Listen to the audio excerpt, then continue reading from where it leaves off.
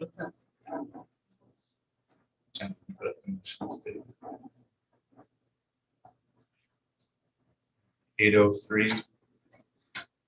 Call the meeting to order.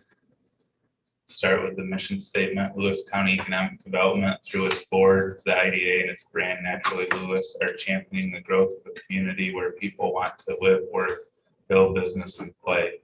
We fostered forward thinking and relationship building, connecting people, businesses, partnerships, and resources to effectively and efficiently grow our county. All right. Do we have anything for solutions for? All right, we'll move in. The packet was sent out last week. Did everyone have a chance to review the minutes from the May meeting?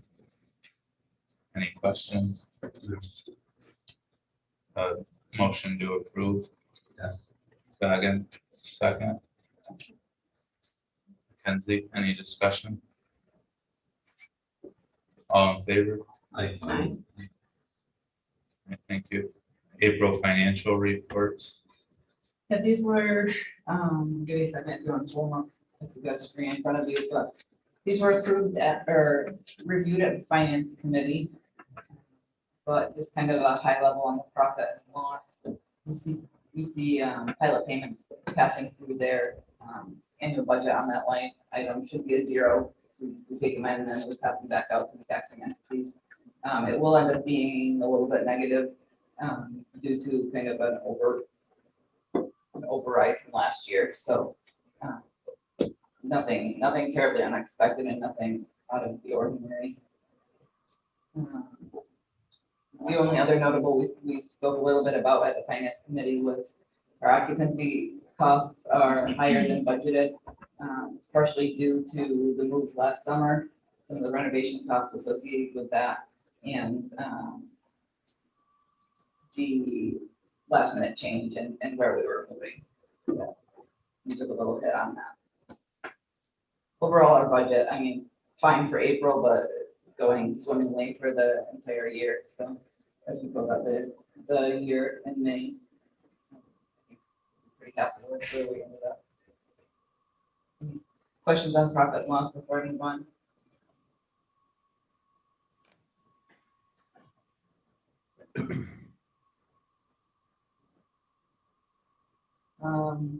Similar on balance sheet, nothing really crazy here.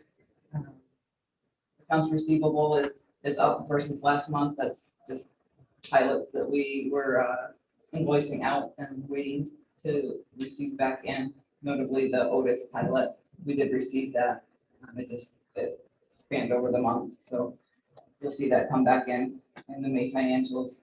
But everything is doing great. I had a chance to follow up with our accountant to get the other current liabilities line cleaned up, and our books are going to look pretty great for the end of the year.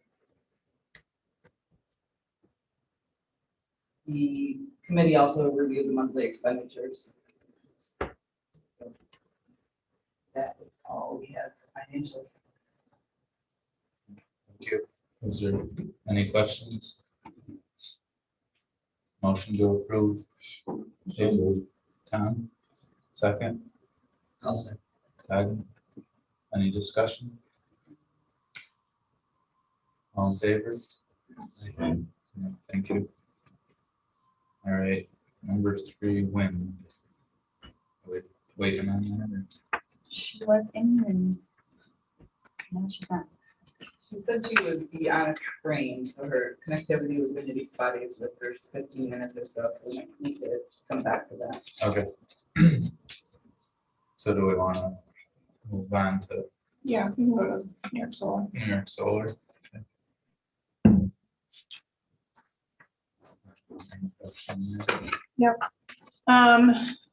So we have Sachin on the line.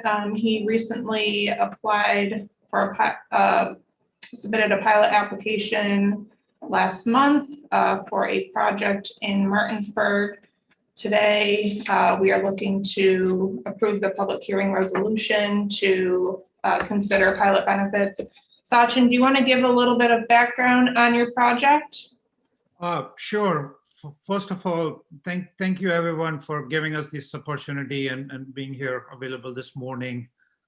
We proposed development of a 2.158 megawatt ground mount solar system. This is located at Route 26. The address is 6424 State Route 26, Lowell, which is the town of Martinsburg.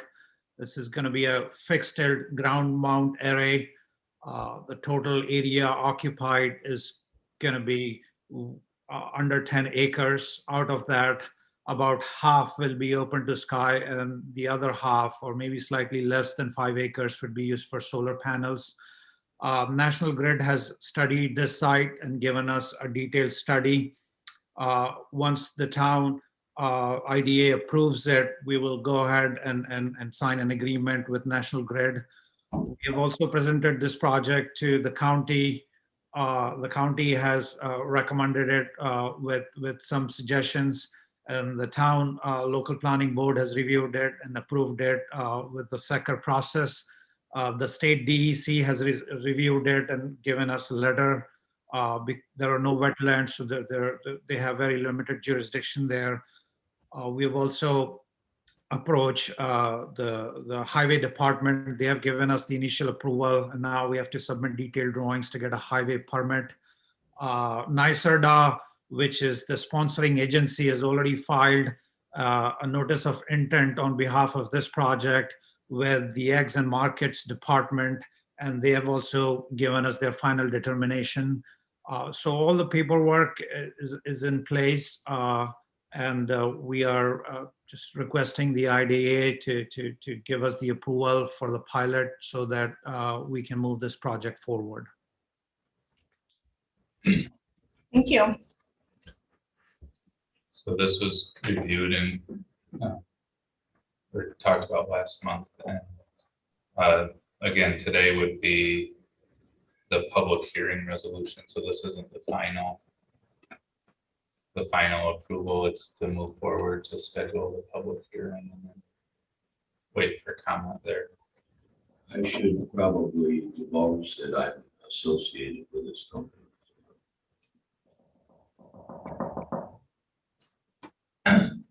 All right, so any questions for? I have a question. Mr. Patel, can you hear me all right? Yes, I can. I'm Kevin McCardle, and you mentioned the seeker process, that it was completed by the local planning board. Is that correct? That's right. And have those documents been provided to the IDA? I need to include that in the next resolution.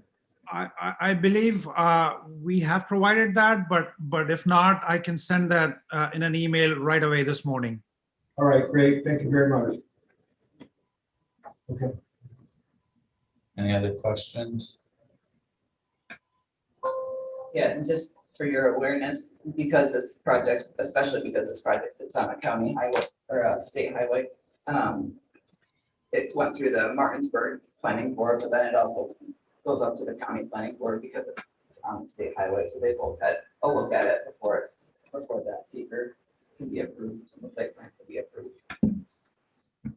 It was discussed at our finance committee that this piece of land is the farmer's, I guess, least productive. Correct. Yeah, I mean, the site was somewhat chosen because of it being about the poorest piece of land you have. Yeah. That's good to you. Any other questions? So we need a motion for to move forward with a public hearing. I'll make the motion. Second. Darlene, so, Let's do a roll call for the resolution. okay. Yep.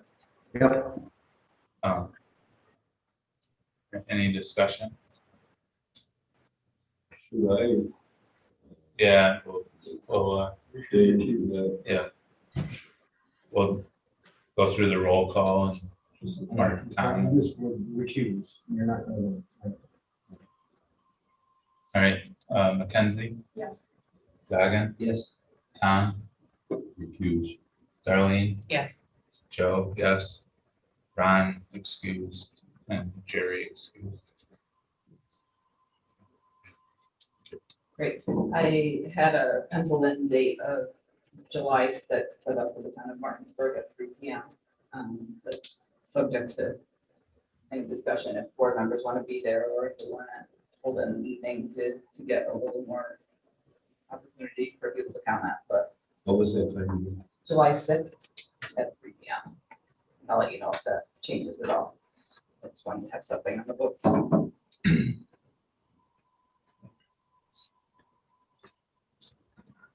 All right, well, thank you very much. I think, so we approved the public hearing resolution and we'll keep the process moving forward. Thank you. Thanks. All right. So next would be, Thank you, everyone. Appreciate your time this morning. thank you. Thank you. Thanks, Sachin. Next, we'll move to the, Marguerite, is that you on the phone? Sure is. Can you hear me okay? Yeah. Hi, Marguerite. How are you? That's good. Morning, everybody. morning. Thanks for joining us. All right, Sorry so I'm not there in person. I wish I were. we can jump back up to Yeah. number 3 Wyndham. So we are at the final stages of approval for the pilot agreement for this project. If you can recall, or read through the resolutions, the application was submitted back in 2019 for this project. And that year, we approved the sales tax exemption. A couple months ago, we extended that sales tax exemption. So today we're looking to get the pilot deviation approval resolution squared away and approve the final resolution. So Shai, do you want to go through just the numbers one more time? And then Marguerite, if you would be willing to give us just an update on the project and your timeline after Shai, that would be great. Yeah, just a side note, the pilot, this is a deviation because our UTEP doesn't address wind at all. So all of our wind projects have been deviations, and this one follows that same line of thinking. We've gotten away from that with the solar project by writing that into our UTEP, but we kind of recognized that wind was probably starting to wane off, so we didn't go there with that. Number 3, wind, yeah, like Brittany said, we started in 2019 with this project, hit kind of a pause button at the end of 2019 into 2020, and the project was able to make its way through the arduous state process. So you've got a document in front of you, the number 3 wind that we saw when we were approving the sales tax exemption extension. Just with where we were in August 2019 versus where we are now with this project, the change in megawatts, changing the number of towers, the project cost has gone up a bit. The value of the sales tax exemption has gone up a bit. With that, the IDA fee went up a bit. But we were able to come to the $8,000 per megawatt with a 1.5% escalator for 30 years.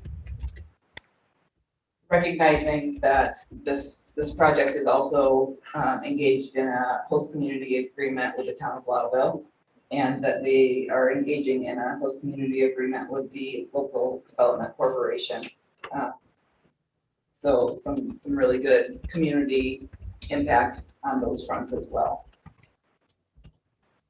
Anybody have any questions on where we're at with this project and what we need to do to move forward? What is the timeline for money moving to the host community? For the local development corporation? The LCDC meets later this month, the 23rd, and they should have a draft of that from the attorney at that point, and then they can move forward with requesting that. And Shai, just to supplement what you said, I would expect that those payments will be made, upon completion of operation and, or, start of operation, just like the pilot payments. Right. Yeah, that, the way that one is slated is, it will be over the course, the whole term of, it'll match the term of the pilot as well. Marguerite, do you have updates for us? Just in terms of the project itself, I think we started construction crews went out in the field yesterday. The switchyard that's down on 812 across from the market and lay down yard on the road. I think roads and foundations will start in July and towers will arrive next spring. That's the soonest we can get them from manufacturers. So I think we're planning for it to be online by end of summer. You're a little choppy, but it sounded like you'll be starting on foundations in July. You've been doing some site work already, but foundations in July, towers to be delivered next spring and online by next fall. You got it. Okay. Thank you. All right, Joe, do you want to walk us through these two resolutions? Anything that you want to know or add? Yeah, absolutely, Brittany. Thank you. And, good morning, everyone. As Brittany indicated, there's two resolutions listed on your agenda. The first is the pilot deviation approval resolution, and the second is the approval resolution. We have a separate pilot deviation approval resolution because, as Brittany and Shai indicated, we had to go through the deviation process with respect to this pilot structure. We don't have a specific wind, if you will, pilot policy. The number which is in the pilot deviation letter, which is attached to the end of the resolution, is a number that was negotiated between the IDA and wind number 3 over a significant period of time. So it's a number that we're all comfortable with. That appears, if you want to actually look at the document, it's on page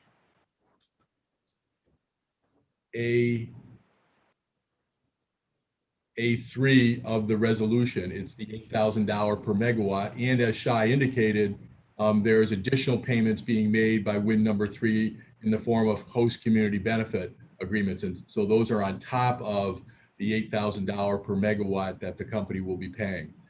We provided that notice to the affected taxing jurisdictions. If there's anyone from the affected taxing jurisdictions in the attending this either remotely or in person, we under the IDA statute are supposed to let them make any comments. And so I would suggest that we double check to make sure that we've addressed that issue.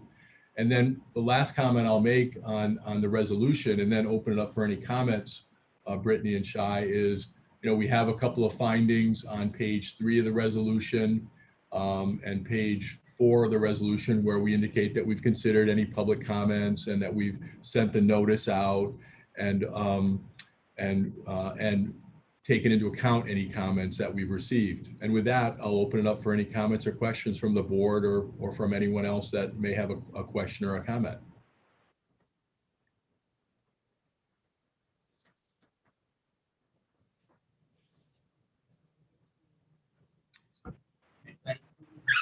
The next step procedurally is you need a motion and a second and then a vote. So this first was, do you have something? Yeah, the public hearing was held again way back in 2019. But just to remind everyone that there was the comment from the former owners of Tucker Vineyards on just having concern about the view shed from the vineyard. They're no longer the owners, so I don't know how we weigh that now. Just to put that out there again. I do believe there were towers that were moved because of that comment. Yeah, Right, that's right. true. That's true. Yeah.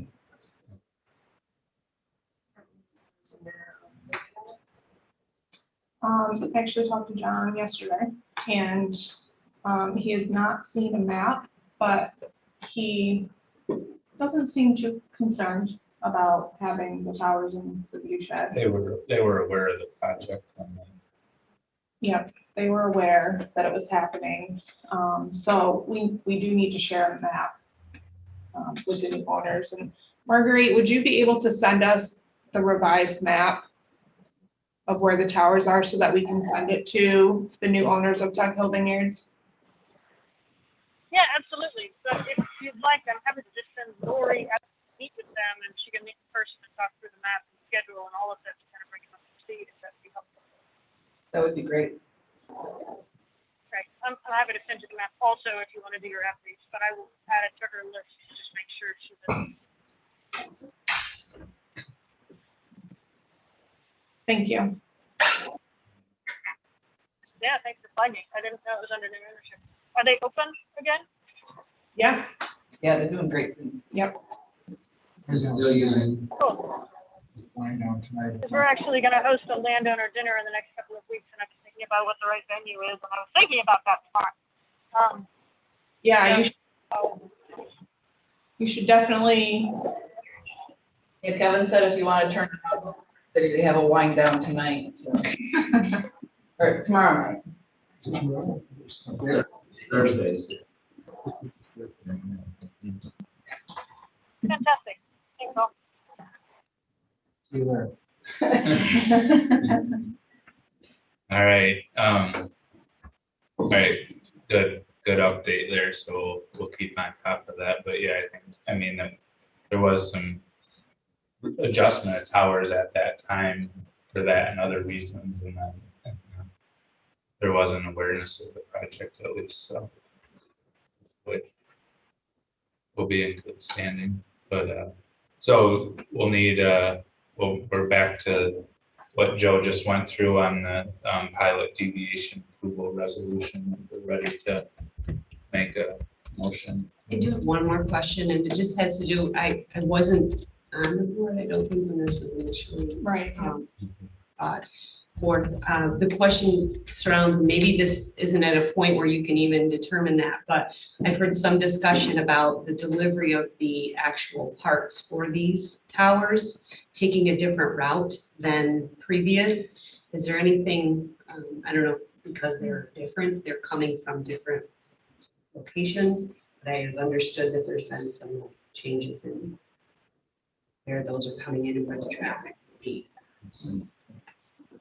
Could you hear? Yeah, I heard that. Can you hear me okay? Yep. As best we know so far, so the new turbines are best assured in GE. Investors has not done its total final conclusive transportation study, but based on all the studies we've done, we are still planning to use the routes that were in our. So essentially, the components would be delivered to Ogdensburg from down 81, coming on 177, and to the left, something that's going to have to do well. So 80, Ogdensburg 81, I think larger parts and they were routes that they have before. Just quite wondering about that. About transportation study. Yeah. Yeah, most of the components are about the same size as the GE. The only thing that's a little bit longer are the blades, and the only thing that really impacts the swing around intersection. okay, thank you.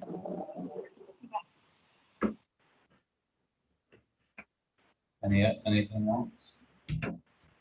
Good questions? I will go ahead and move that we accept the pilot deviation. Motion from Tom. A second.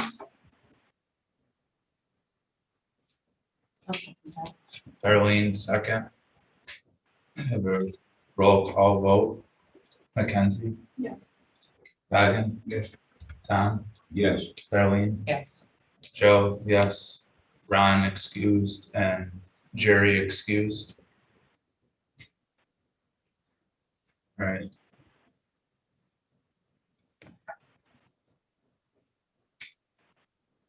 So Joe, we're to the Great. So, Chair, I'll move on to the approval resolution, Chair. Yes. Thank you. So, again, this is the second resolution. What this resolution does is approve the lease documents and the other related documents associated with the IDA straight lease transaction. I think what I would like to highlight and underscore in your review of the resolution, and this resolution was submitted to you, as part of your board package, is if you look at the attachment at the end of the resolution, which is page A1, there's a number of criteria that we list that under recent IDA legislation, IDAs are supposed to formally review certain criteria in connection with reviewing a project. And we've outlined those as attached to the resolution, things like jobs, creation of jobs, the estimated value of the tax exemptions, the amount of private sector investment, the likelihood of the project being completed. And we've gone through and created a table with those criteria. I think the ones that I want to highlight are the local labor construction jobs. There is some creation of new employment. Typically with these renewable projects, renewable energy projects, there's not a lot of employment, but there is some employment here. There's significant private sector investment. And in terms of local revenue impacts, we've already talked about the impacts of both the pilot and the host community benefit agreement, and those are at least touched on generally and in a summary fashion in the attachment. There are some criteria obviously not applicable, walkable space, highly distressed census tracts, those types of things which aren't really applicable here, but they're part of the criteria that the IDA considers in connection with looking at projects. And so we still list them and have noted as NA. I think the only other point I'll make is, and there was discussion on this during the pilot deviation resolution consideration, is just consideration of any public comment, and that's been done. And I think obviously seeker's been addressed, and so that's not an issue that we have on the floor today. And the other typical hot button items that IDAs are concerned about, pirating, retail projects, that's not applicable here. So with that, I'll open it up for any comments or questions.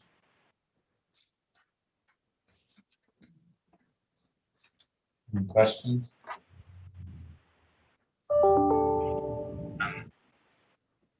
It's been helpful with the last few projects to look at that table and Yeah. We discuss all that stuff, but they have it all in one concise document like that.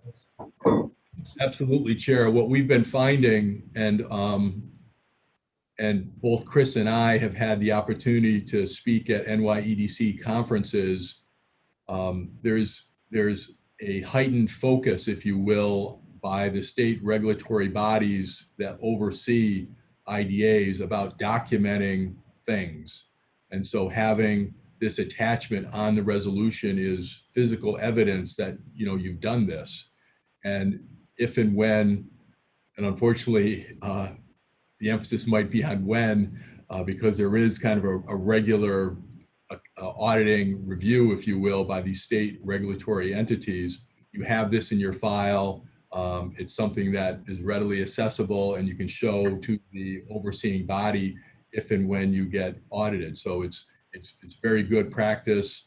It's something that Chris and I work with all of our IDA clients, and I'm glad that you've noted it and that it's positively received. For sure, thank you. Anything else? All right, then we would look for a motion for the approving resolution. Darlene made the motion, a second. Mackenzie made the second. Roll call vote. Mackenzie? Yes. Goggin? Yes. Tom? Yes. Darlene? Yes. Joe, yes. Ron, excused. Jerry, excused. All right.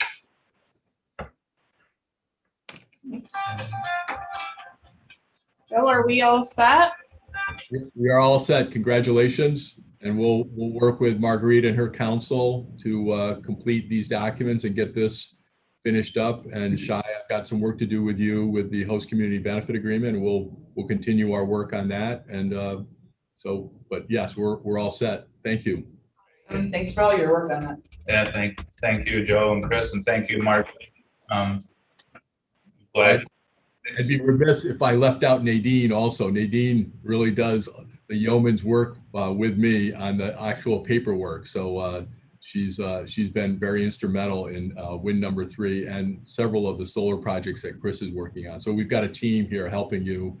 And again, thanks for the opportunity to work with you and you know, your counsel and your staff. This is a terrific opportunity for us. So thank you. Yeah. Great. Thank you, everyone. Thank you all as well.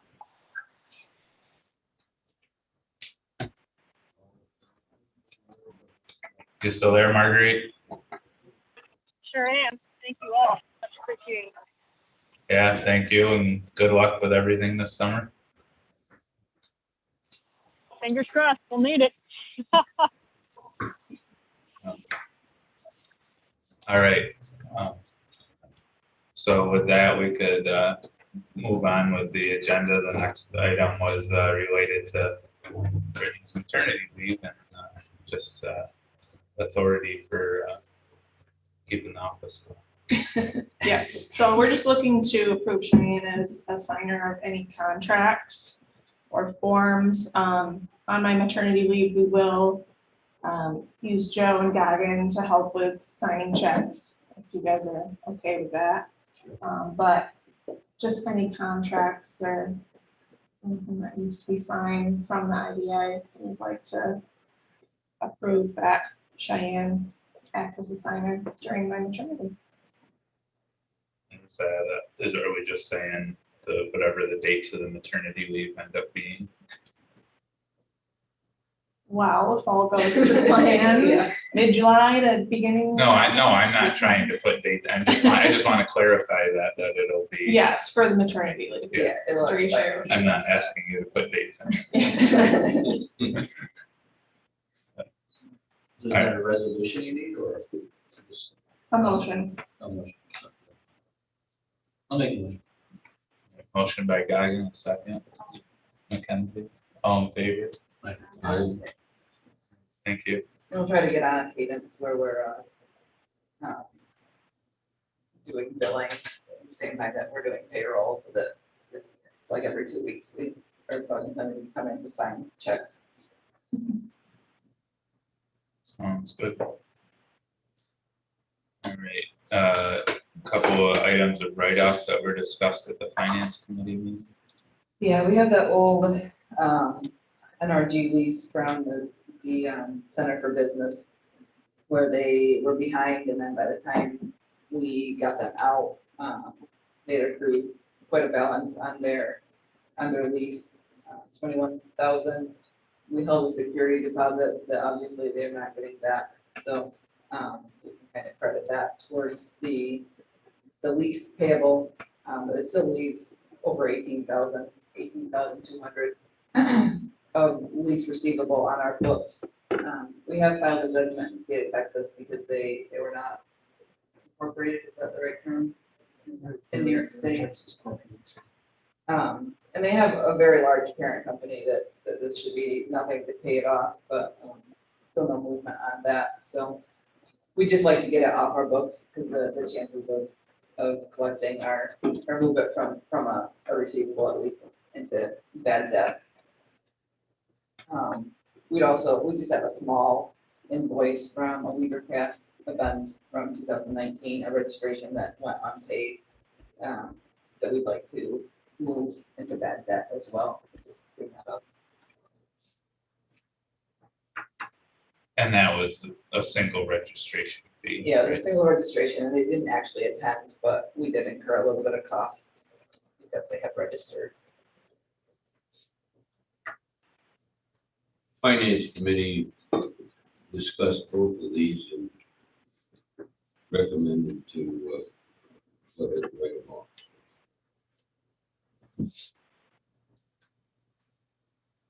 Any questions?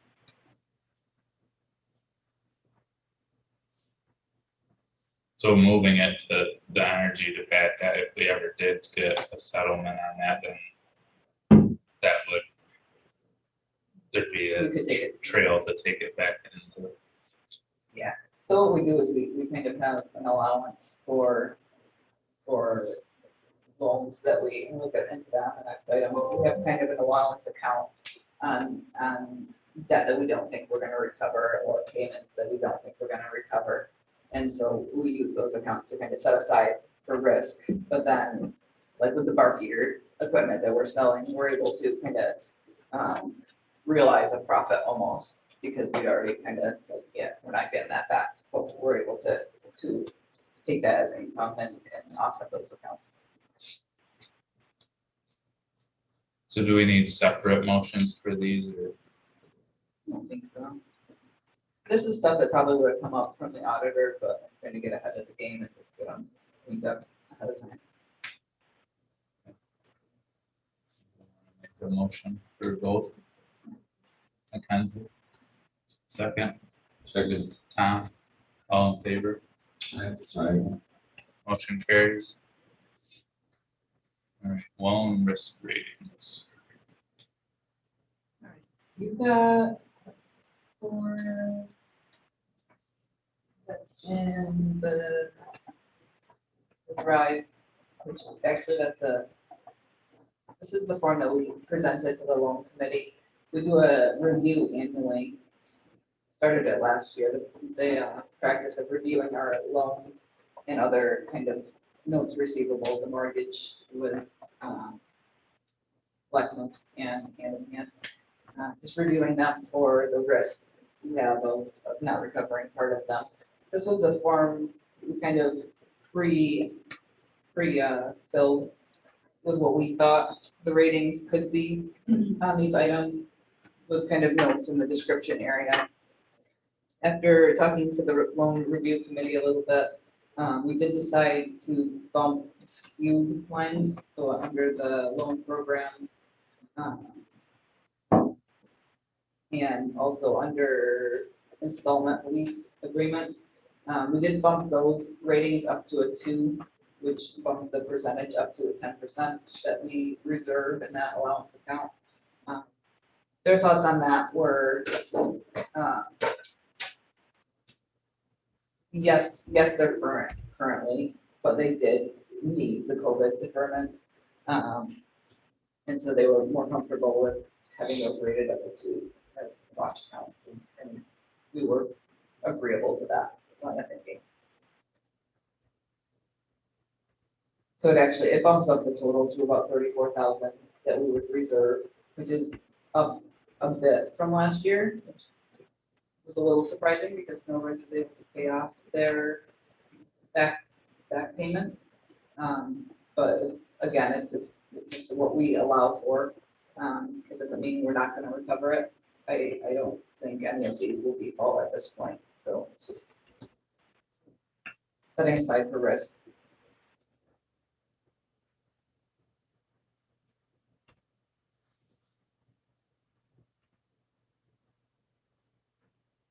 Any questions?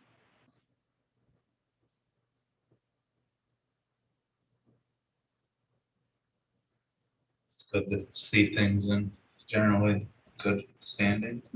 Everybody is current, which is, I mean, given the pandemic, I guess we should stop being surprised about that. I feel this county's been very resilient, but. Good. So we're just looking for approval of those ratings and to move that forward to the auditor. Make the motion. Motion by Darlene, a second. okay. Any discussion? All in favor?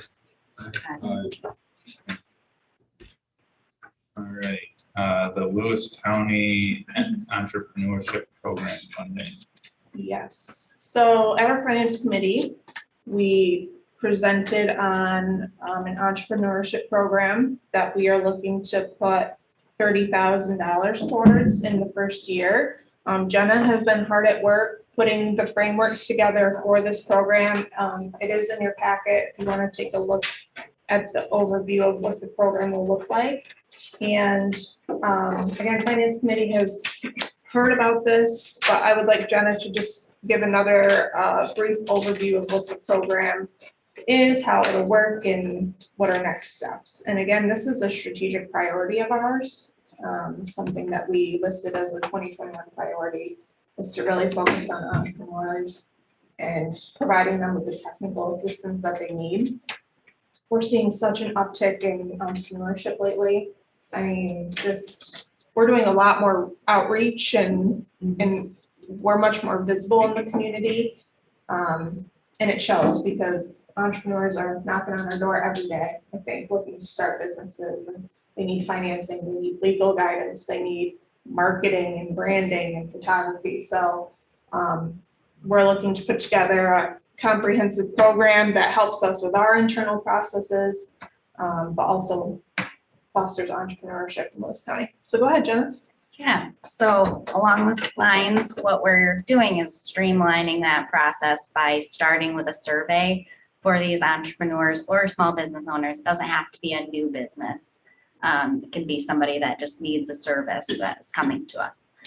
So it will start out with a survey where they'll check the boxes of all of the different services that they might need, which on the back side of that printout is just some examples of what services people might be interested in.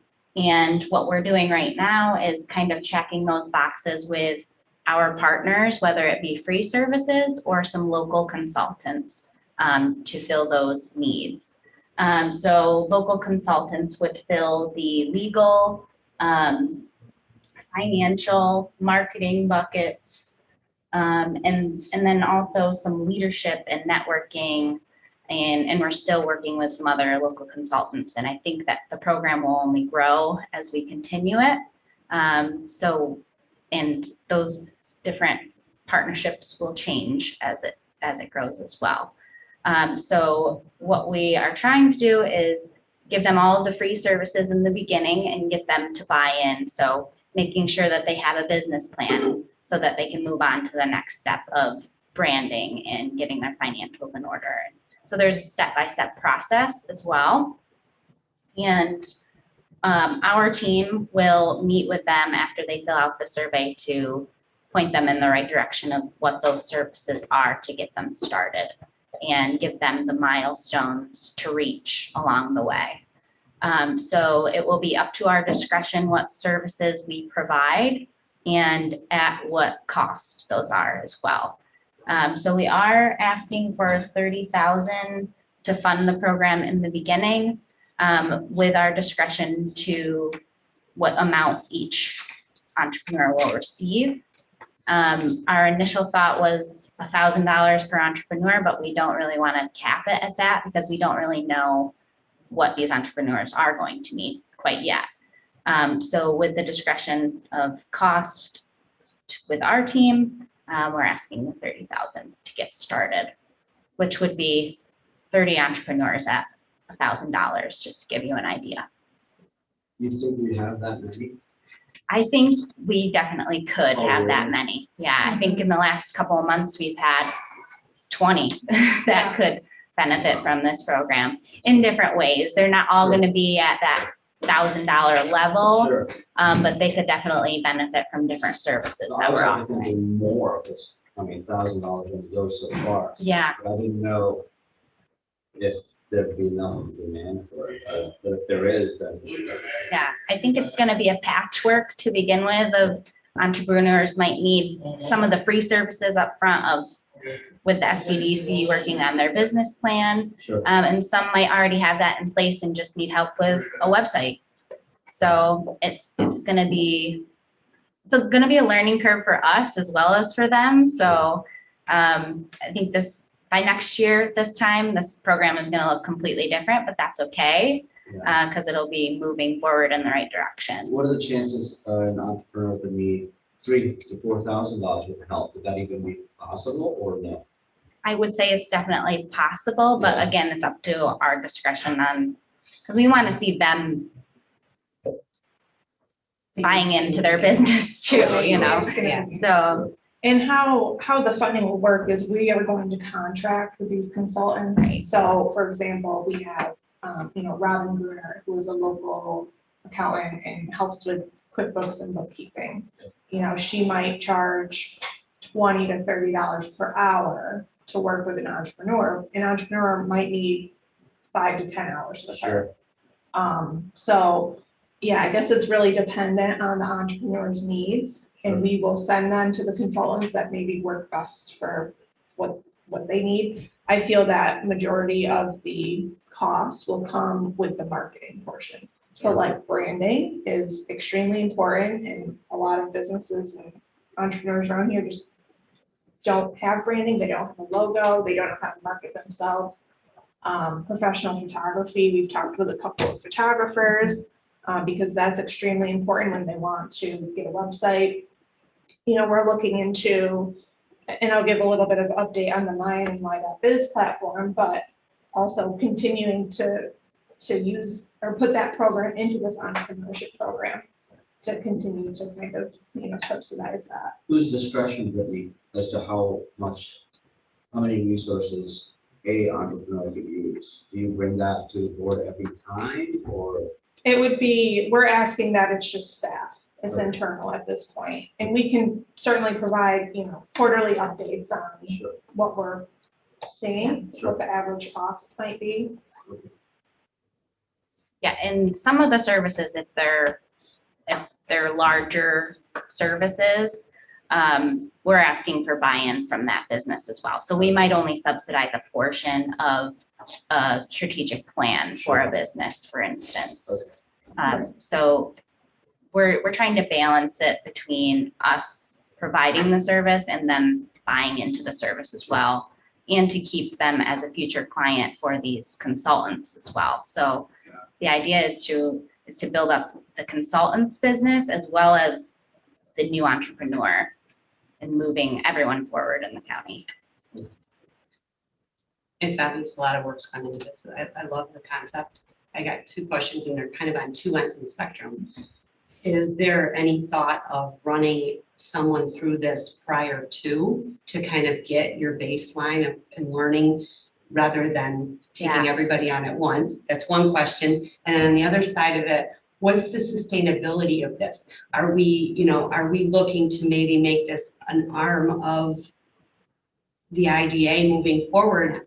And can that just kind of be determined based on the success of this? Yes, so we're looking for a fall launch of the program, but I would like to do a couple of people this summer, and we're already kind of testing out some of these consultants and what they can do to help these businesses. So yes, is the short answer to that, is to kind of trickle people in. I can't imagine we're gonna have 20 people onboarded at the same time. And then your second question, also yes.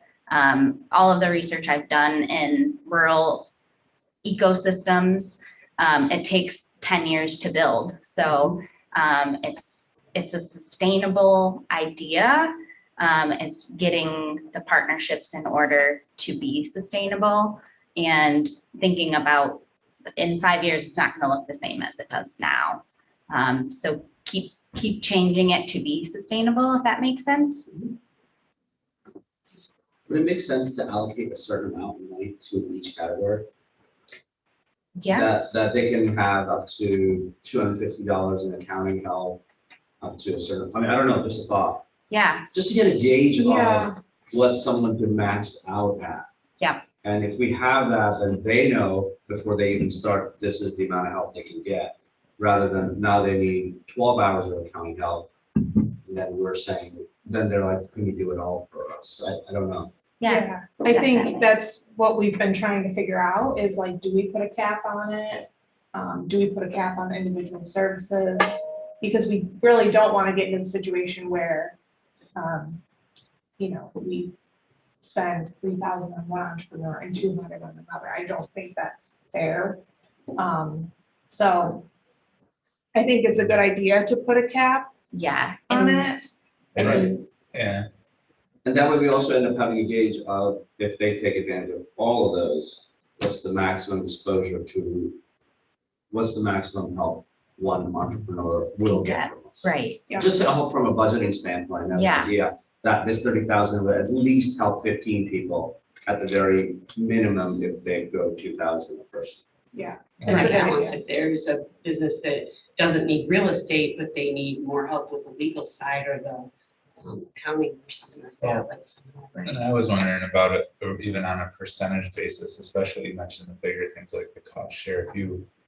If you said 75% of the service, or right. Right. back to the skin in the game Yeah. thing.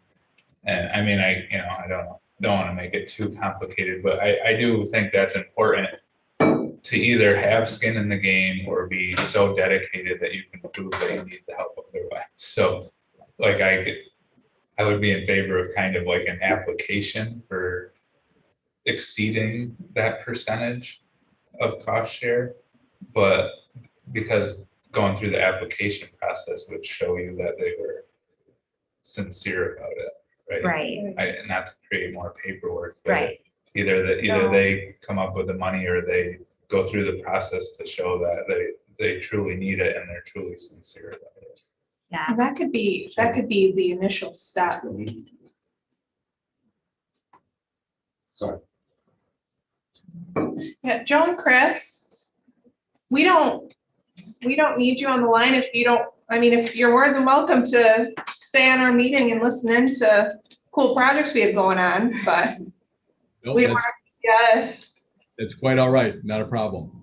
okay, Well, I might listen for a little bit longer, but I'll jump off. I do have a couple of meetings that are coming up, but I've been doing work, so not a problem. yeah, you're welcome to stay on.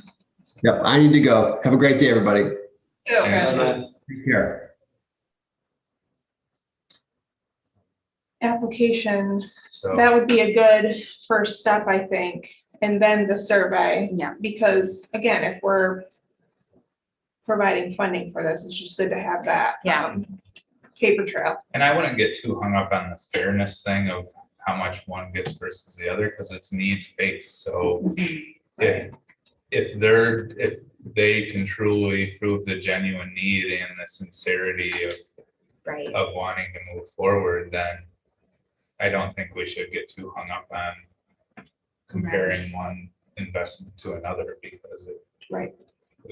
I mean, I think, to me, the cool thing about this is it right sizes the program for every person, right? right, And that can be in the number of services and the financial contribution. yeah. So, And the idea of having the milestones, so they have to have a business plan in order to get the marketing services. If you look at like, there's 3 tiers, the business essentials, the scaling up, and then bridging the connection. So they have to go through trying to prioritize which ones comes first, which again will be a little tricky because everybody's at a different stage.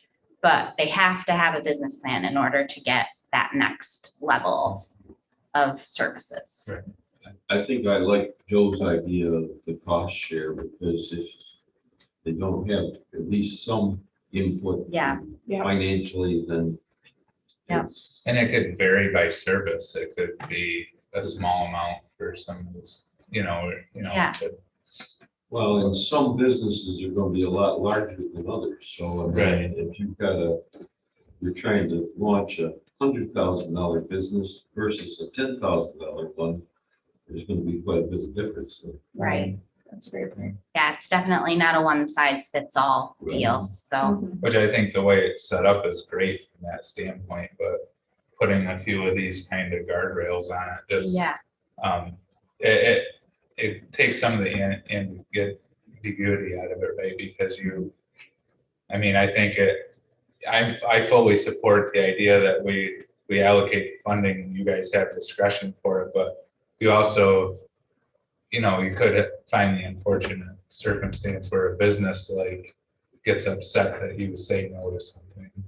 or, Right. you know what I mean, where if we, so you should have discretion, in my opinion, but we should also have some guardrails so that the business entering into it has pretty clear expectations as well. Right. You can bring these to the finance committee meetings and just get us an idea. Yeah, And that way there's a few more heads looking at it and saying, fine, everything's good. okay, A couple of the consultants Jenna has talked to about this program, I think they're interested in like going through the program themselves. right, Like, for example, we have a consultant who is just starting her business in branding and marketing for small businesses. So, but she could use some of the other services, so we might use her as a guinea pig. And she And can then- help, yeah. Yeah, and then we can just continue to report back on what we're finding. So, yeah, and photographers the same way. I mean, some of them don't even have a website, so it's the big picture of connecting everyone. The irony of that. Yes. Photographer not having a website. Yeah. yeah. Yeah, Right. thank you for the feedback.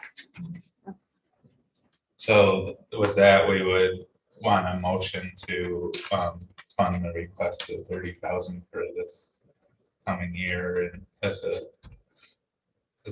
first year, Pilot program. pilot program.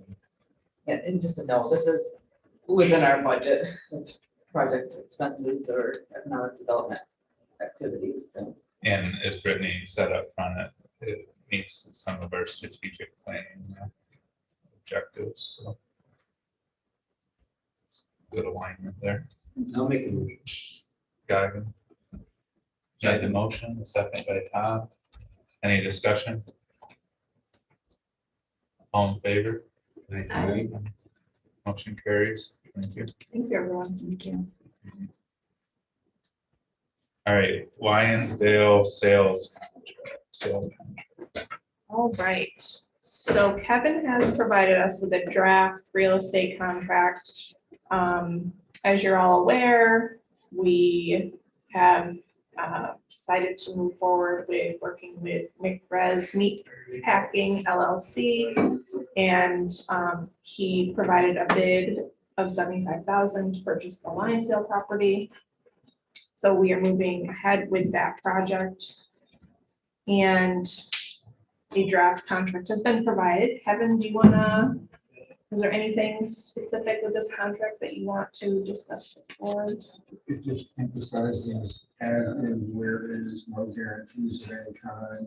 The board is, the idea is not providing a warranty deed, but providing what's called a covenant against grantor deed, which means we didn't mess with the title while we had it, and we're not making any promises about what happened in the past. We're not making any promises about the condition of the property. They can inspect it, whatever they want to make sure they're satisfied that the property is okay. Guarantees it. It was just sent to, I don't know what Campbell's name is. Res, Yes. yeah. We'll have to get his pronunciation of his last name. It's very long. Abdel.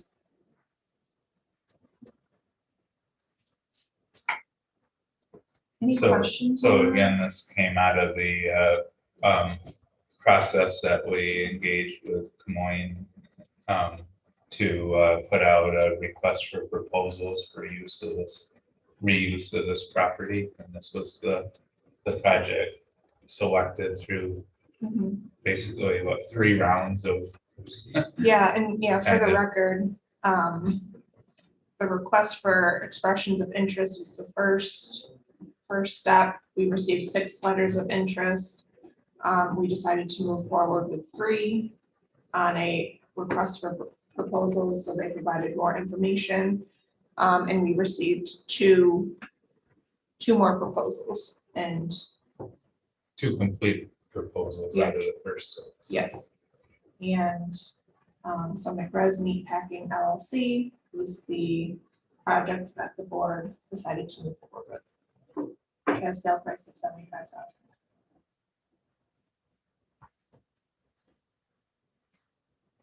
say, delegation regarding the sales of the property tax assessment on this property that we follow. Just to remind the board of that. When we got the property back, it was under a pilot agreement transferred to us. That hasn't been tax consequences for us, but when it goes back onto the tax rolls, it's going to have tax consequences for everyone. So I would say, actually, an attempt to improve the marketability of the property. The IDA filed a grievance locally, which was acted on by the town, and then filed a lawsuit against the taxing entities. They're assessing the property at over 5.6 million. And it's not worth that anymore. So the idea is we don't want Mr. McRae's to be left with our tax bill.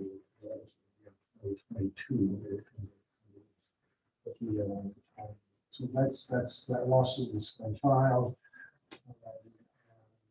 I think what I need to do is have a conversation with Mr. McRae's attorney and say, basically, this is what's been filed. Do you want to finish it yourself, or do you want me to finish it? That's the idea. I would just assume pass it off to him, because if you want to property, he would have the right to do that. It is, as I understand it, it is the town and it's not the town is the lead on this thing one way, and they have not objected. Not talking times, in fact, they told their attorney not to respond to this lawsuit at all. Do not contest it. We're not going to pay you any money to defend it. But they're not going to agree voluntarily to the reduction. This is for political reasons. They don't want to be seen as weak or something. So, so we have to go through the process of filing a motion to have the judge officially whether the assessment. I have not done that yet. So it's coming to that. So yeah. We have, due to the artificially high assessment, we have incurred higher than normal special district taxes, which are not exempt from due our status. So special district taxes are based on that high assessment. So those have been high, but the special district taxes, so the higher numbers.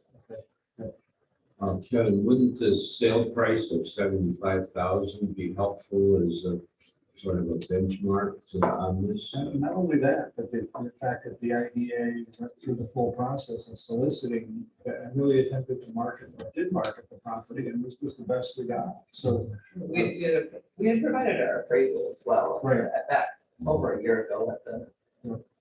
So yes, you're right. It's the answer to your question. They're incapable of saying yes. I have to say a lot more. So.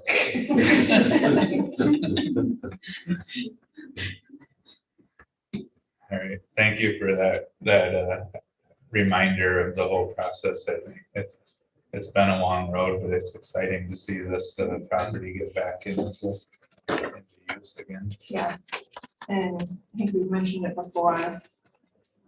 We wanted to make it a point in our strategic plan to really utilize the expertise of consultants so that we could learn from them and, go through the right process. And this has been a really helpful process, and we've learned so much going through it. So we know where to start when it comes to future properties. We know how to go about that RFP marketing process.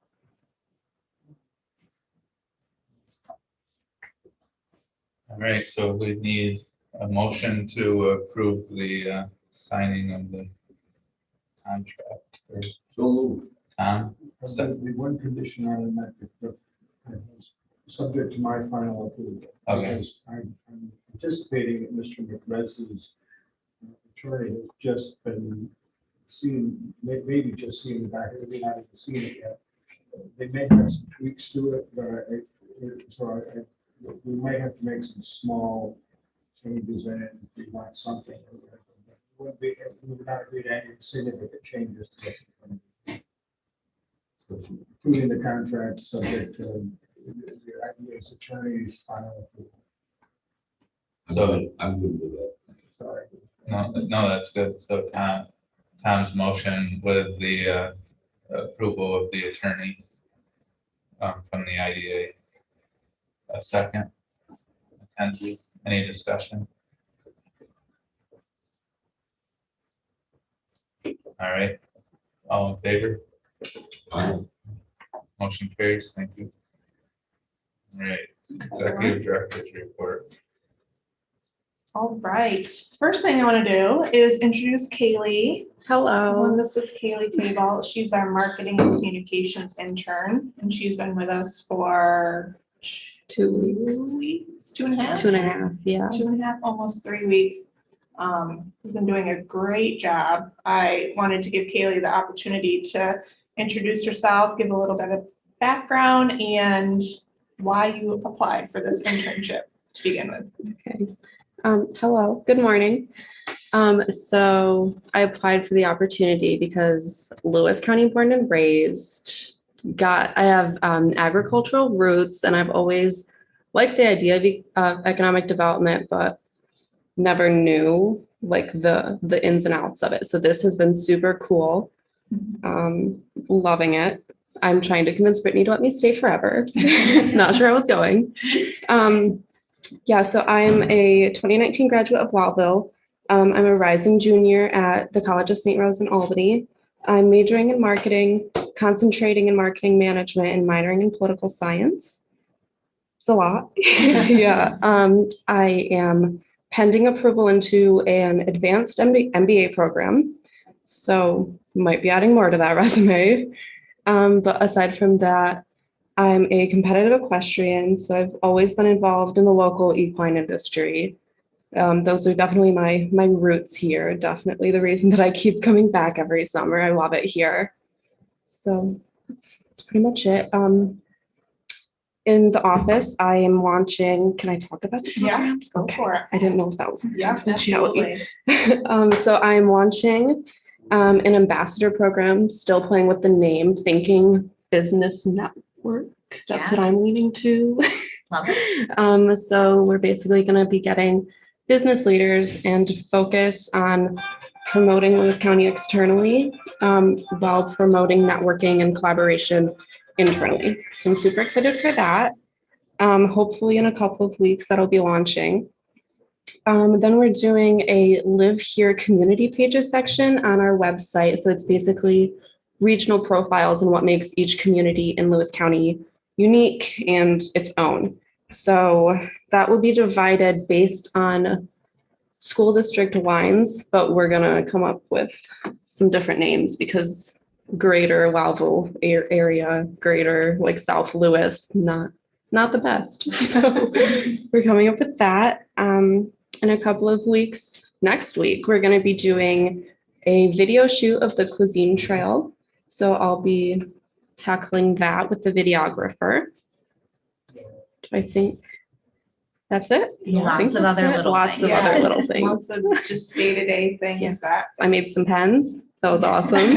Ordered some pens, yeah. Yeah. So Kaylee's really getting the full-on marketing experience and learning a lot about Lewis County, learning a lot about economic development. But she's been a great addition so far. We are learning from her. Yeah. A lot of things. And learning about style Yeah. and how to do our hair. Trying to get them to wear mom jeans. It's not going that well. We're too old. You're We too don't old. get it. We don't get it. Right. Say that. Well, welcome, thank you. Tom still has a football. He's a busy guy. I know, I'm working. Real estate. Thank Thank you for that, Kaylee. Thank you. All right, other highlights from my executive director's report. The state has launched the New York State CFA grants to the regional councils So we met with planning a couple weeks ago to discuss any, hi Ron, Oh, welcome. I can. Have a seat. I'm gonna. We met with planning to discuss any general like county projects that we could apply for funding for, and we did meet with a local business yesterday. They are planning a larger expansion, adding a good amount of jobs. So we're hoping that we'll be able to assist them with a CFA application this summer or fall as well. And then lastly, I wanted to give an update on the Mayan and White Up Biz program. It was provided in your report. Coughlin did provide some updates. And if you can recall, it's been about a year that we approved funding for that program. So we paid about $10,000 in the first year to launch the program. The goal was to have 20 live websites by July 2021. They're currently at 17 paid subscribers with 11 sites that are live and 6 sites in various stages of development. So we do expect to reach that goal by July, and really got to thank Gavin for pushing that initiative forward. I don't know if you guys have looked at some of the websites that have been created for business owners, but they're very nice, high quality. And I think all of the businesses are very appreciative of the program. So it's been a great move. So we're at the point where we need to commit to the second portion of funding, which is just about $5,000. And really that funding is going to pay for more infrastructure upgrades and maintenance. It will provide that discount for 10 more websites within the next year. But again, through our entrepreneurship program, we can potentially fund more websites. So again, really great program, really happy with the updates. They've been very busy. And the program is becoming sustainable on Coughlin's end. So that's good to hear. And hopefully at some point they'll be hiring a new employee because they're so busy with all of these websites. Any questions on my report? Oh, and I will add, we did have a visit from Senator Griffith this past month, which was really cool. We sent out our annual reports to all of our elected officials, and with a nice letter that said, if you would like to sit down with us and talk economic development, we would love to set up a meeting. So Senator Griffith did set up a meeting with us, and they stopped in Louisville, and we invited Larry Delhoff and Ryan Pichet to the meeting, and it was just nice to sit down and chat with him. Very casual conversation about ATVs and the regional councils in New York State. So we sent him home with some Naturally Lewis swag, and it was just good relationship building. That's all I got. Thank you. Any correspondence? Excuse me, Chair, I'm going to step out now. Thank you. Take care. Thanks, Joe. Have a good day. Good day, everybody. All right, committee reports. Is there anything that we haven't discussed in our items for approval? Anyone on the chair of our committees want to bring up? We'll say we did have an audit committee meeting, our pre-audit committee. We are starting our audit June 17th. I can't believe it's been a year already, and we're already at audit season again. Hybrid approach, so it's gonna be mostly off-site, but then they may come on-site if they need it. Yep. Last year they did 100% off-site, but we've had less activity in terms of properties, believe it or not. And I did send an email to our governance committee this past month. We did review some policies, but we decided to not add them to this agenda because we already have a lot of approvals. So we're tabling those until next month. As chairman of the finance committee, I would like to commend Cheyenne on her job of preparing and informing us at that committee. And I was also part of the audit committee, and awesome job there, I thought, because everything that the auditor came up with, she had an answer for. So it made us look quite good. Agreed.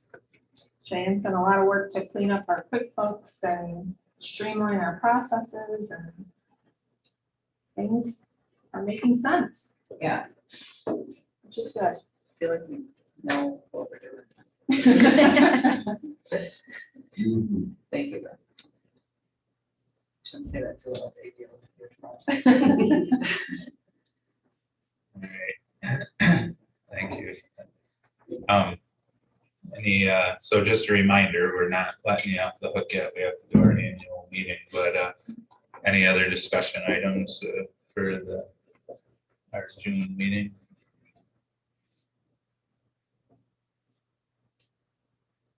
If not, just a reminder, at the bottom of the page are the dates for the next couple of meetings. And make a motion to adjourn.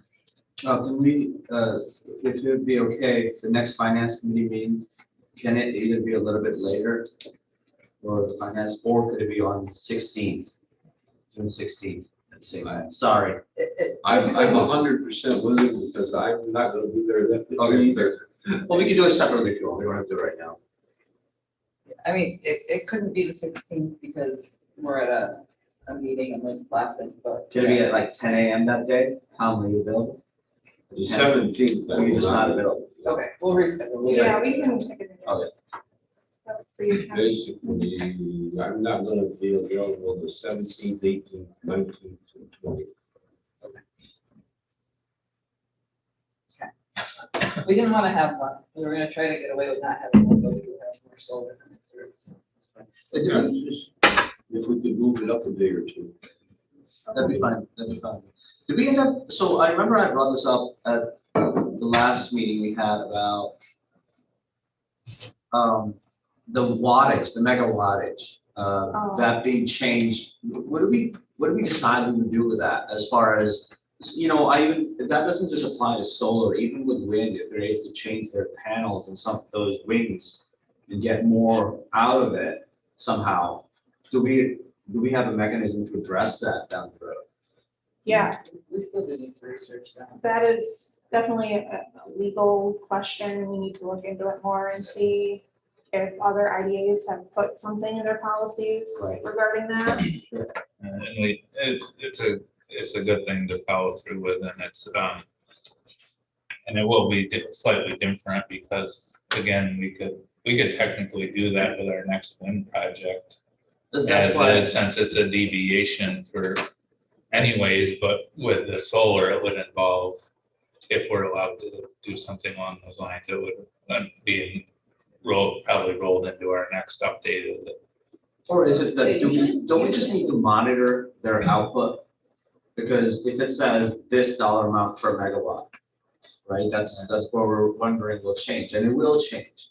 But do we have a mechanism for monitoring that on an annual basis saying, hey, that's almost 1.5 times the capacity now the payment changes? Because they're not gonna voluntarily tell us that, and they have no reason to anyways. I do know, and we can maybe discuss this more in finance, but I do know in the wind projects, there is a clause usually in those pilot agreements that speaks to that, if Okay. the installed capacity Right. changes. Yeah.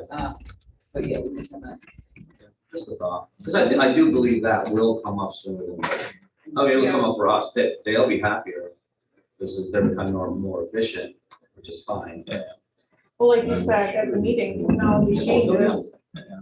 Technology will change in the next 20 years, Oh, so. God, yeah. Yeah, we'll have to, I mean, I think there is some strategy to navigating that, because I mean, we've kind of seen the reverse thing with the Maple Ridge project in terms of they haven't upgraded the technology yet, and when they renegotiated their pilot, they made the argument that their towers aren't nearly as efficient as they were when they were installed, and that led to a lower pilot amount in their negotiation. So it can go, I think there's a bit of strategy there because it can go both Well, if it can, Joe, to be fair, so be it, but what developer is gonna wanna have a project that's decreasing and they'll eventually either get rid of it or they'll say, let's make it more Right. efficient. I believe in over the next 5 years, it'll become more efficient to have their complete reinstall of the panels, solar panels.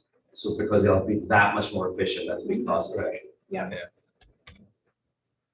Yeah, and certainly some sort of deviation that from the original that triggers like a renegotiation of the pilot or something too, could be a possible mechanism too. Yeah. We'll put that on our list of things to look into a little bit more. No, it's definitely a good topic. It is. And Something else for local businesses, I was thinking as part of the, not as part of the entrepreneurship program, but for example, like Coughlin. Coughlin, is that how you say it? Coughlin? Coughlin. Coughlin, I ended up talking to one of the employees there and he loves working there. But he was talking about not having any sort of retirement plan for them. So he gave me a Mike's email, I believe, I think it's Mike. Yeah. To reach out to them and say, hey, offer something simple that helps retain these employees. Because we've just known each other a little while, Dave and I, and he was mentioning that as a concern, because he wants to be here and he wants to, Right. but not having that. So I don't know if we can offer that. It doesn't have to be through, it's just a mention to our business owners that, hey, there are services available through the community bank, through online, through key bank, that they can offer in order to retain the employees. It's a tax write-up for them anyways. So just some education on that regard. And I'm happy to talk about it. We can definitely include that in our entrepreneurship Yeah. programming, under HR. Yeah. Yeah, benefits. I think it should be, while that maybe. And to everyone. But to the people, right, that are already existing with employees and successful businesses running, Right. that should be offered. I mean, Yeah. not, well, I think it should be, but only to retain the talent. If you Right. want to have Exactly. people not leave, then, Right. you know, like we have it. Yeah, Okay, same thing. even the chamber is looking at it right now. Yeah, exactly. Yeah. How do you retain people, you know, how to do that in terms of benefits? Well, that could be a good chamber, like for their membership. Yeah. Some sort of group. Or just awareness, maybe social media. Awareness things. good discussion. And I'll just throw in one more thing that Goggins' comments reminded me of, and I think I shared it in an email, but there's still just, as we see more of the solar and stuff on the landowner side, there's still just a ton of confusion, and a lot of minefields in those contracts and stuff. And so Penn State had a webinar last week that I thought was the best one I've seen so far in terms of offering, tips specific to landowners. It was geared towards landowners, not communities or others, but so about obviously retaining a lawyer, but like some of the things to consider in these lease agreements, and how it's going to impact you as the landowner. And Cornell's done some educational stuff as well over the last month or so with some of the county cooperative extension offices and stuff. So they're trying to get more resources. So if you do, if it's not exactly our role, but if you're, out in the community and you hear questions or get questions from landowners on their end of it, there are some resources we can direct them to make sure that they, don't sign something that they're going to regret in terms of one of these lease agreements. So. I'm gonna add that video to our website. Yeah. To the webinar. Yeah, it's about, there's been some, we've had some efforts here.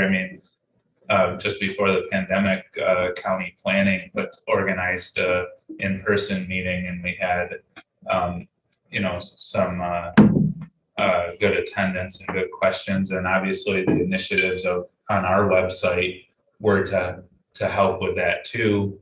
And, so just an awareness piece that we're building up both locally at the specific to Lewis County and at the broader level. We're building up more resources that really people should be taking a look at and doing their homework if they get approached by one of these projects. So that was just to throw that in as a reminder. All right, anything else for the June meeting? Motion to adjourn. Mackenzie, second. Darlene, all in favor? All right, meeting adjourned. All right. So it's June, so that means moving into our annual meeting, which you also received information on ahead of time and an overview of on a paper copy here. So let's see, 9:29, we'll call that meeting to order.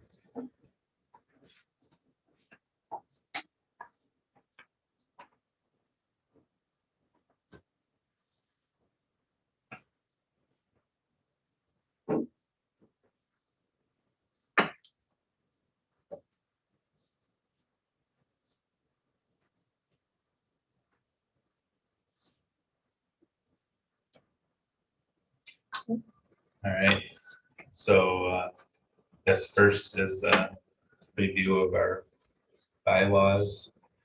Anything?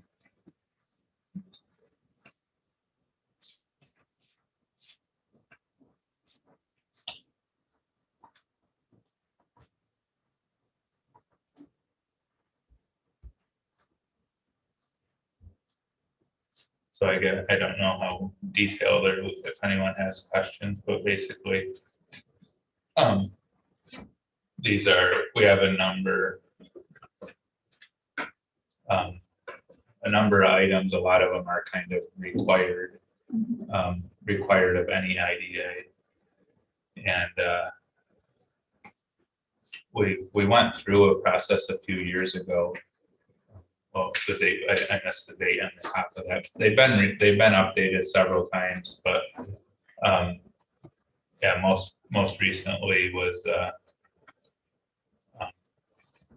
through the governance committee.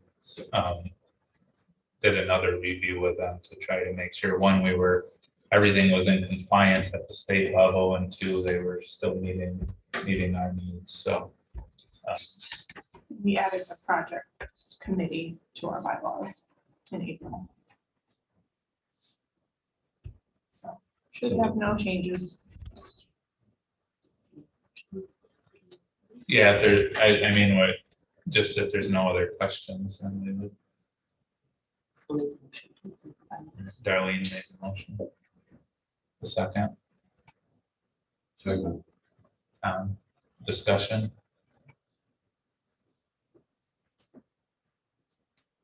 All in favor? All right. Appointment of officers. Any campaigning going on? Chair to the chair. Sorry. Everything's thinking it. So here's how things stand right now, so. No one's volunteering, and we'd take a motion to approve the slate. So we're not at committees right now, we're at the current officers part of it, so.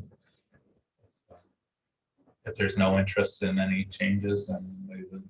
I would make that motion to keep them the same. Keep the same slate of officers. Second by Gavin, any discussion? All in favor? All right, now moving on to the committees. And again, these are our standing committees, and just a reminder, we've added the projects committee. Oh, it is down there. Okay, but that we had that with the idea that is more kind of specialty based. So as the project comes up, we would look to the expertise of the board members to best meet the needs of that project. I did talk to Darlene about being the chair of that committee. And she is agreed. So can Would the, one question I've got, will the projects committee change based on like other outside members? And would it change based on the project, or would we have consistent other? It would be, yeah, it would change based on the project, but the past two committees, we've had almost everyone attend. So it's really just appointing a chair and then any expertise from the board who wanted to be involved in that. The thought being we get hit with something like the land redevelopment or broadband or these different initiatives where certain board members may bring some background that could really be beneficial, but it hasn't always worked to try to tie them into finance or governance committee or something like that. So this allows us to be more focused when those needs arise. And just a reminder, I think everyone's up to speed, but the loan committee that largely was in place to manage a small business revolving loan fund and has always had outside members and with one board member as a representation. And we've talked about that with some of the other, like even the project one too, with, there may be times where we bring in outside community members' expertise onto that committee as well as Darlene referenced, but then we would still have a presence from our board there. Well, I think, so we would want to reappoint governance, finance, audit, and loan. Those would stay the same essentially, unless the chairs want, if there's someone new that wants to chair those committees. And then we would have to appoint Darlene as the chair.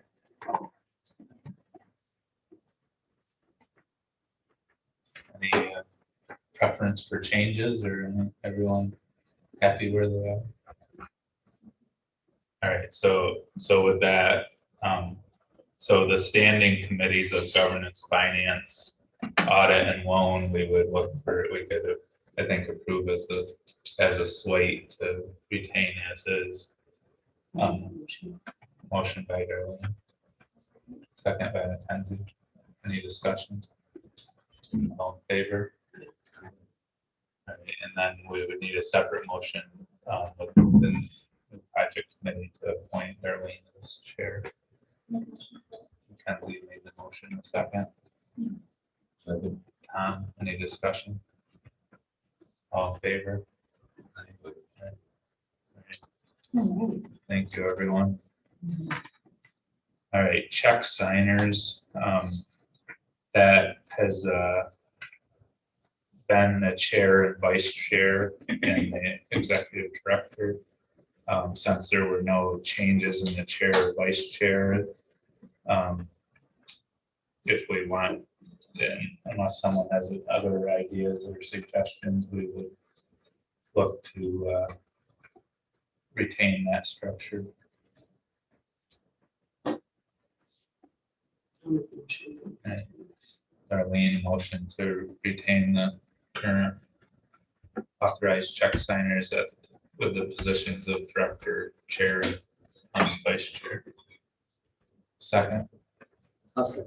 Gagan. Any discussion? All in favor? Aye.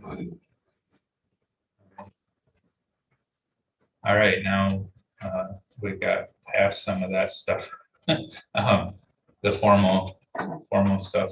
So now a little more of a updates on where we've been So we provided in the packet, I'm not shy to go over the project list we provided. Often we talk about a pilot, a Victorian Lake pilot, and you guys may not know what actual project that is because it, started a number of years ago. So Cheyenne put this chart together, which we will plan to review on an annual basis at our annual meeting. Just all of the incentivized projects that we are part of. Shall we wanna go into a little bit more detail?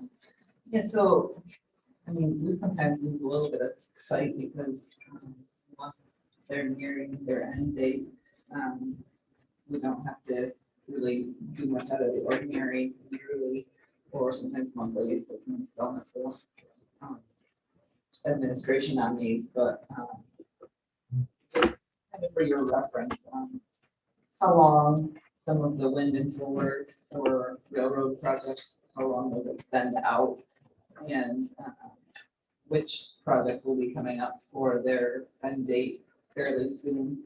With those, the nearest being Otis for one, Jack Johnson Lumber for another, and Red Barn.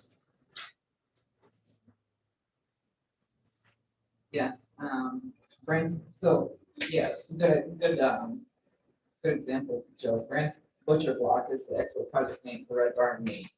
A lot of the project applicant would typically be the LLC, their form vendor, and then, like BRC spot is Q Brewing.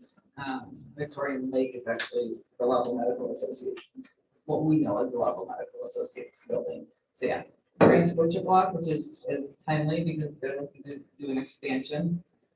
Their current pilot expires in 2023. Renslin Safety, and which is their parent company, is MDBB Enterprises, and Otis Products. Their pilots will both be expiring in 2024. So we'll see those coming back on to the full tax roll. Those are all, you know, our traditional pilots where they're scaling up to 100% taxation anyway.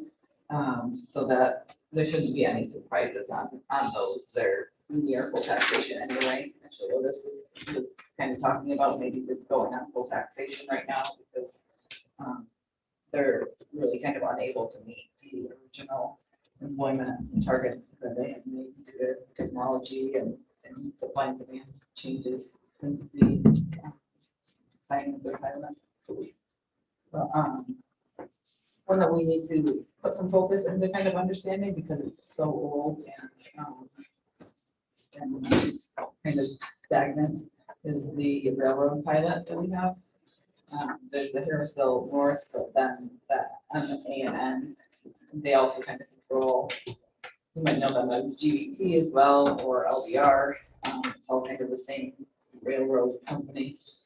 They used to have the Loudville sections that go south, or I guess north. It goes north to Krogan over Carthage. There's also a spur that goes out of Lionsdale Sales. So the railroad's main director has gone around a little bit. So it's kind of a pilot that's just stagnant and sitting there. But the rest are pretty active and at least know what's really going on with them. Questions on anything on the list?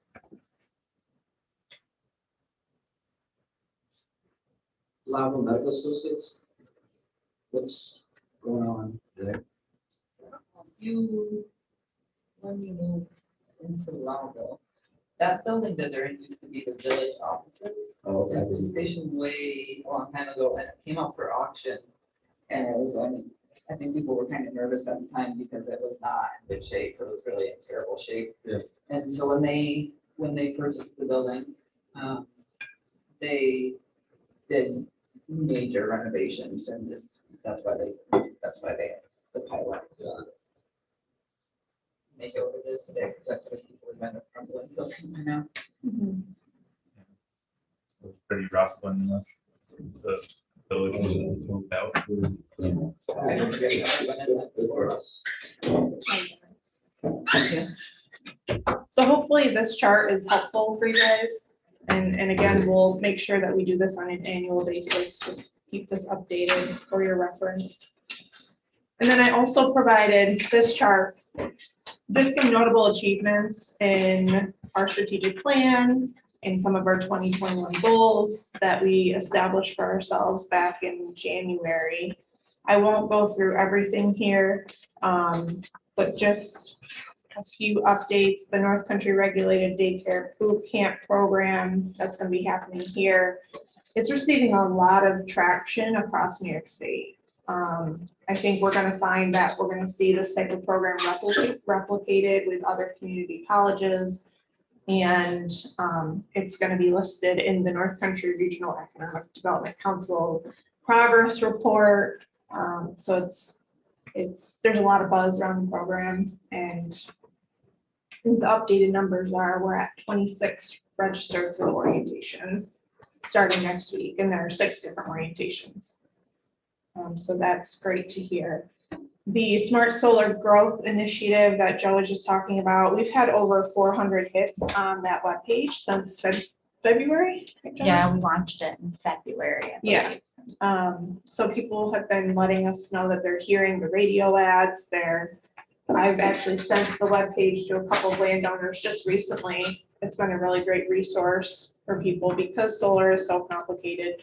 And we just need to continue to update our resources, which we will continue to do, and continue to update our policy as we just take a step back and see what's happening across the state. That's something that we'll continue to review throughout the summer and the fall. And then can you pull up the work here page? Sure. I just want to remind everyone that we partnered with the Lewis County Workplace. This was over a year ago, to develop the work here page. And basically just a centralized location to post jobs in Lewis County. If you scroll to the bottom, so if an employer has a job that they want to post, they fill out the form on our website. It then gets emailed to myself, Jenna, and the Lewis County Workplace. The workplace then will get in touch with that employer and list that job on their website. So if you go to, so it goes right to the county website of any local jobs with our local employers. So this is a platform that's really been gaining a lot of traction because there's just so many jobs open at this point. So many employers are looking for workforce. So we're continuing to promote this as a resource for local employers instead of posting on, Indeed in the newspaper and linking Lewis County. Let's make sure that we have a centralized location that starts with our website. And essentially the workplace does a lot of the work, but we're just helping to market this platform. So that's been a great partnership that continues to grow.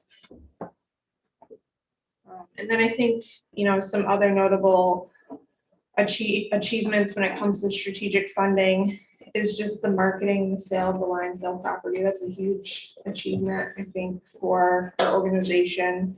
And we continue to work on the Lions Falls Mill site with the Lewis County Development Corporation and working to do some landscaping and beautification, hopefully this summer, work with some engineers on infrastructure and start to market a specific section of that property, hopefully this winter.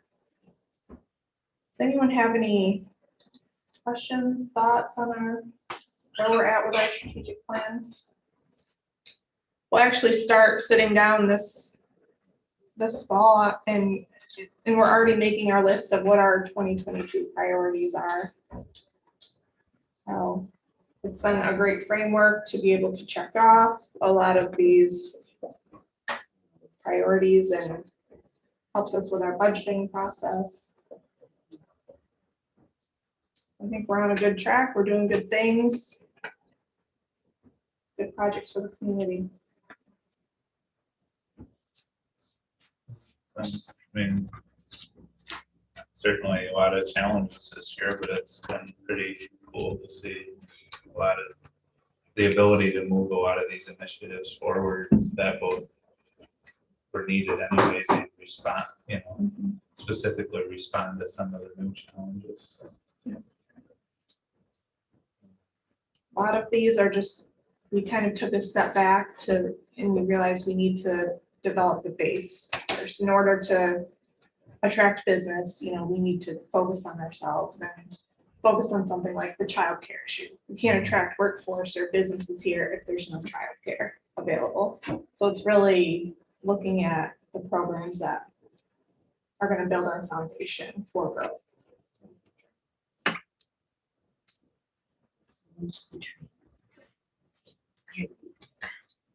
And we do have a I'm gonna show them. yes, we have a really, I want to digitize that tree. oh, we have one. No. I don't even do that. That's why we Like- all just went. Not much. Like last week, we got the infographic made.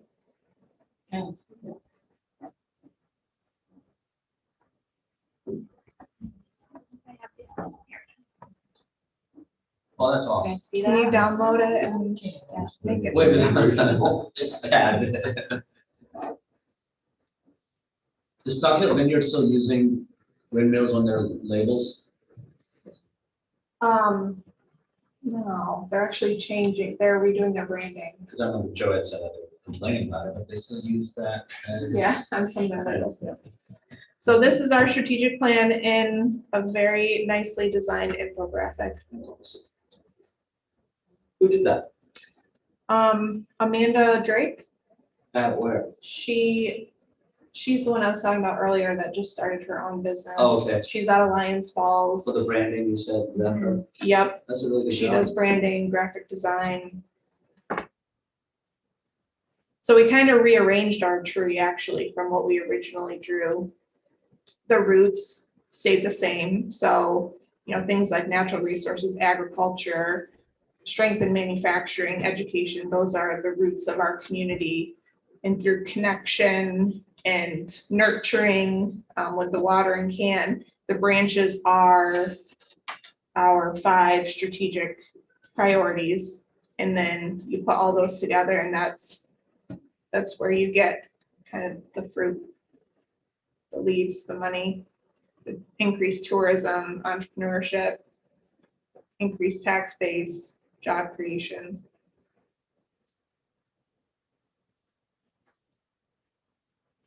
So yeah, we'll send that to everyone and we plan to, at least get a couple of them printed to hang in our office and yeah, if you have any other ideas of how we can use this or market this, we are open.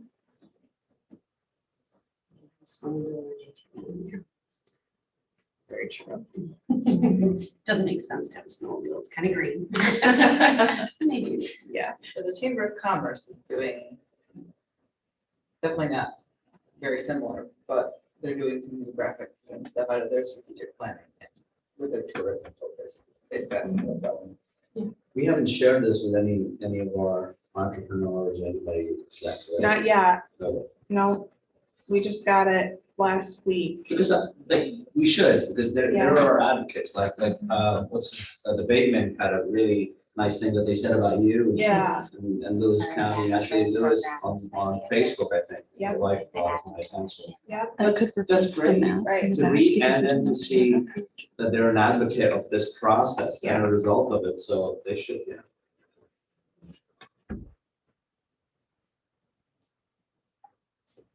Yeah, and really, thanks again to all of you for supporting this process and supporting all of these new programs and ideas and initiatives. We have really taken a shift in our organization, I think, and we're trying to get more creative because we have to be creative. I don't think thanks lies with us. To create these ideas is way harder than just to create them. So we get the easy bit.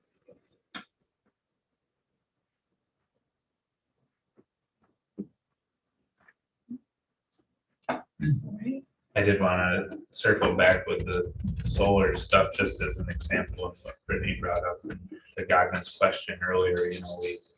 We kind of went or go through this with wind too. I mean, I think we can take some credit for leading the way in some new ideas of how we structure solar, but now other counties around the state are picking up our ideas and tweaking them. So it gives us an opportunity to circle back around and learn from the tweaks that have been made, right? I think continues to be an important part of this process. For a lot of these initiatives, the solar just happens to be the most recent example, but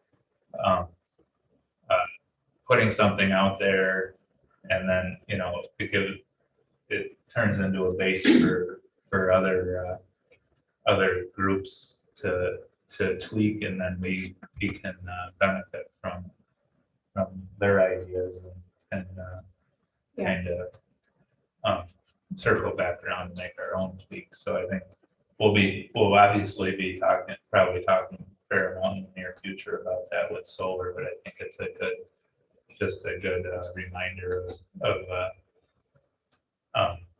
all of our work and how dynamic it is over time. So.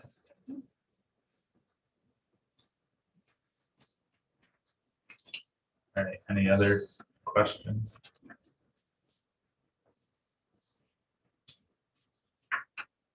Anything else? What's that? All right, well, again, thanks to everyone, staff and board, for making the most out of this year. And, I had been added Mackenzie and excited about where our board stands and moving things forward. So looking forward to another year filled with results. So. Can we end our meeting with a Bohemian Rhapsody? Sure. Okay, so a motion to adjourn. I'll make Opinion, second by Tom. All in favor? Thank you, everyone. Great meeting. Hopefully this